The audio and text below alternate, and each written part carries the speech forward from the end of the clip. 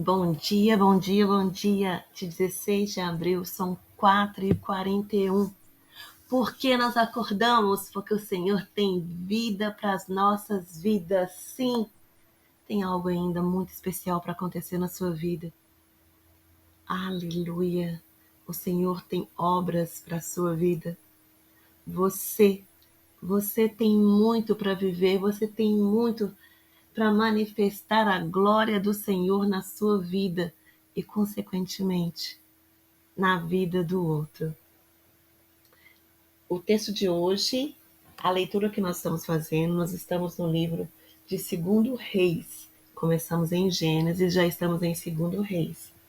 Hoje será 2 Reis 18 e 19. É necessário nós lermos a palavra. É necessário nós proclamarmos a palavra. Ah, mas tem coisa, Patrícia, que eu não concordo. Quem nós somos, né? Pode o vaso falar para quem o fez? Porque me fizestes assim? Os planos do Senhor são maiores e melhores que os nossos. Nós só temos que saber quais são os planos dele. Talvez muitas vezes você esteja queixando, falando que não está dando certo, alguma coisa nesse sentido, porque você tem feito o seu plano e não o plano do Senhor. Vamos ao texto.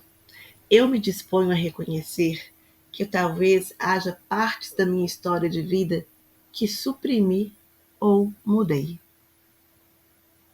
Até hoje, você pode não ter contado a sua história da forma como aconteceu. Você pode ter ignorado, mudado ou omitido certos personagens e acontecimentos na tentativa de melhorar ou piorar a sua história. Hoje, reveja todas as histórias que tem contado para si e para os outros. Certifique-se de que o que está acontecendo ou o que está contando é um relato o mais preciso possível do que de fato aconteceu. Hoje, eu me dedico a verificar os detalhes das histórias que tenho contado para mim e para os outros. Ah, Senhor! Sim, por que você tem que verificar se o que você está contando é o que realmente aconteceu? Às vezes as pessoas falam não para nós porque é necessário falar não. E quando você conta para alguém, você conta: nossa, fulano é tão ruim. Eu pedi isso e ele falou não. Às vezes você conta uma história do seu jeito. E não é aquele jeito que aconteceu. Às vezes você conta a história que você só conta a parte que te interessa. Você conta só aquilo que você fez de bom. Você culpa outras pessoas. Você culpa todo mundo. Ah, eu estou vivendo isso. Aquilo aconteceu porque fulano fez. Às vezes você coloca papéis e personagens que não desempenharam nada daquilo. Às vezes você conta uma história só para criar um drama. Às vezes você está tão acostumado a mentir que você conta uma história que nem existe tantas e tantas vezes que até você começa a acreditar. Às vezes as pessoas nos contam: olha, eu precisava tanto de uma ajuda por causa disso, disso e disso. E você fala: nossa, poxa vida, como que pode, né? Só que quando você vai convivendo com a pessoa, você vai percebendo que aquela história dela era mentira, que as pessoas que ela disse que não ajudaram não poderiam mesmo ajudá-la, porque ela não se ajudava. Às vezes as pessoas, elas precisam de contar a história que está defendendo cada uma delas, entende? Elas não contam a história verdadeira.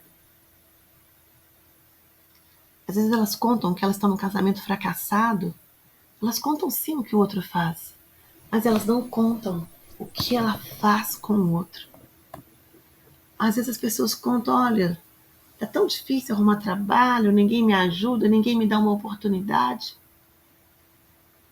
Mas na hora que você traz essa oportunidade para a vida da pessoa, Você percebe por que as outras pessoas não deram, talvez porque conhecia aquela pessoa. Às vezes as pessoas falam para você que elas vivem numa escassez tremenda. E com o tempo você vai percebendo por que aquela pessoa só vive naquela escassez. O povo no deserto, eles queriam ter saído lá do Egito, eles queriam sim. Mas na hora que aconteceu, nossa, foi só reclamação, foi só lamúria.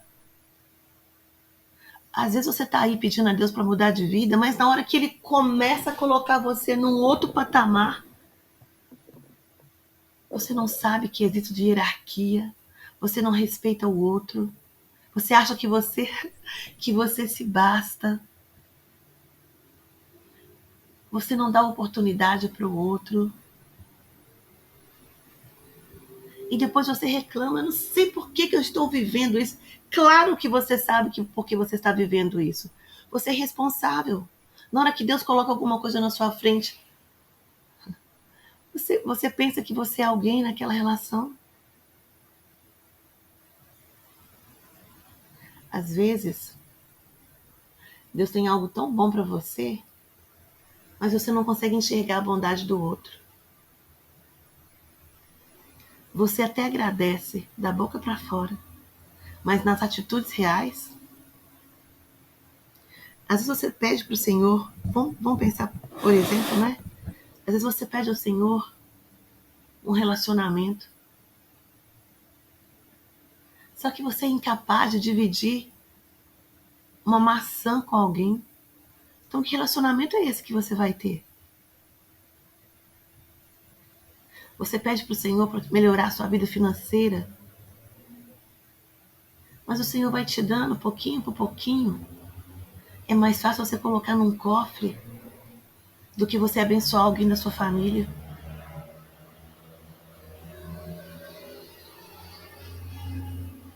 De novo, você pede ao Senhor um ótimo relacionamento, mas você se basta em tudo. Não, eu não preciso de ajuda para isso. Não, eu não preciso de ajuda para aquilo. Que história que você está contando? Talvez a pergunta seja clara, o seguinte: que história que você quer viver? Porque se você continuar sendo o que você é, quem vai querer estar ao seu lado? Você conta uma história que não é verdadeira. Às vezes, o que é pior, você não conta a parte culminante. Você reclama da pessoa com que você se relaciona, mas você não conta que ele é um homem casado. Você conta que seu trabalho é horrível, que ninguém te respeita no ambiente de trabalho. Mas você não conta que você faz questão de trazer para quem é o seu superior hierárquico tudo o que acontece na vida dos outros. Que história é essa que você está contando?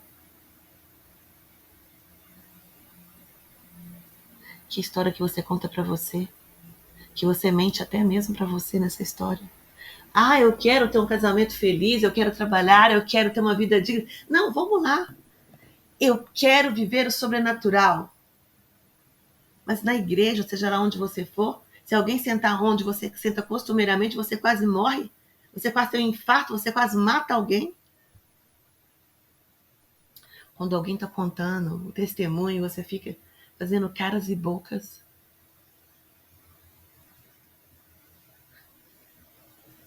Em 2 Reis 17 fala o seguinte: de maneira alguma você deverá adorar outros deuses. De maneira alguma vocês deverão adorar outros deuses. É o Eterno quem livrará você de toda a opressão. E esses outros deuses pode ser qualquer coisa, pode ser até você mesmo. Você é tão soberba, você se acha tanto, que você coloca você no lugar de Deus. Não, se eu não fizer, nada acontece. E adorar outros deuses pode ser o seu trabalho, pode ser os seus filhos. Talvez você nem esteja enxergando isso. E outros deuses é qualquer outro Deus.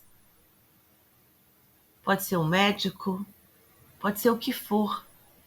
De maneira alguma vocês deverão adorar outros deuses. Pergunta para você aí hoje: Que outro Deus você tem adorado para que na sua história você tenha suprimido situações? Você tem mudado outras. E o pior, você tem acreditado nessa história.